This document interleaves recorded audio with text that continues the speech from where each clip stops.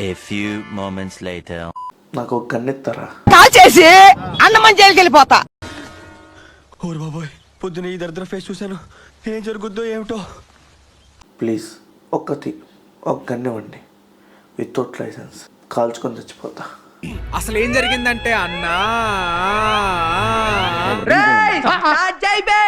Ticket counter దగ్గర నుంచి theatre లోపలికి ఎంటర్ అవుతున్నాం. అక్కడ ధూమపానం మద్యపానం అని యాడ్ వస్తుంది. లోపలికి వెళ్ళా, కూర్చొని ఇంతకు నేను ఇప్పుడు ఏ సినిమాకి వెళ్ళొచ్చా?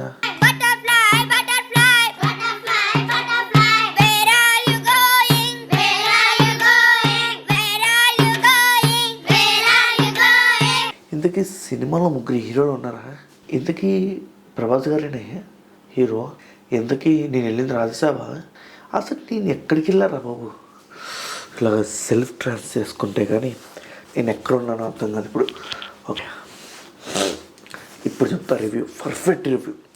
సినిమాలో హర్రర్ లేదు, సినిమాలో కామెడీ లేదు, సినిమాలో యాక్టింగ్ లేదు, సినిమాలో స్టోరీ లేదు. అసలు మరి ఏముంది? ఏం మాట్లాడుతున్నావురా? నరాలు కట్ అయిపోయింది.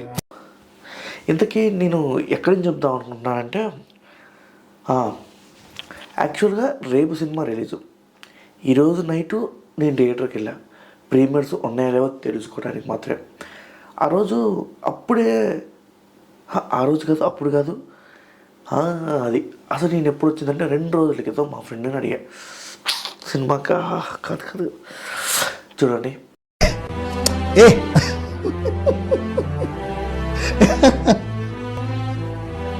నాకు మైండ్ పోతుంది, నాకు తొందరగా నిద్ర వస్తుంది. ఈ సినిమా అయితే అస్సలు బాగలేదు.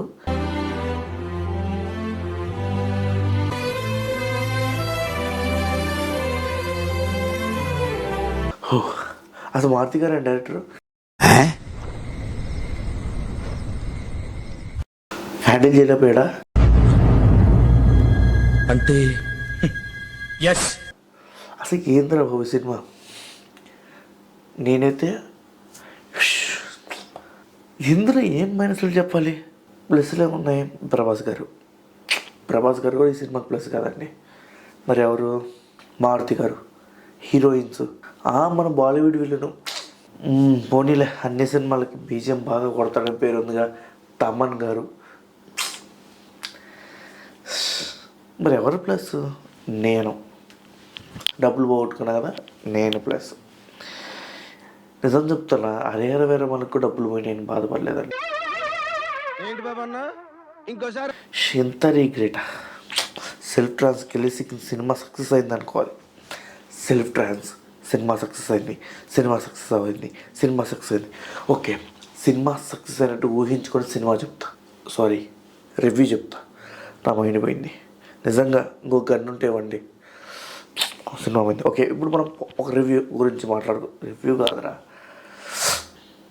నా వల్ల కాదండి రివ్యూ చెప్పడం. ఈ సినిమా నన్ను అంత మెంటలెక్కించింది, నాకు నిద్ర తప్పకి ఏం రావట్లేదు.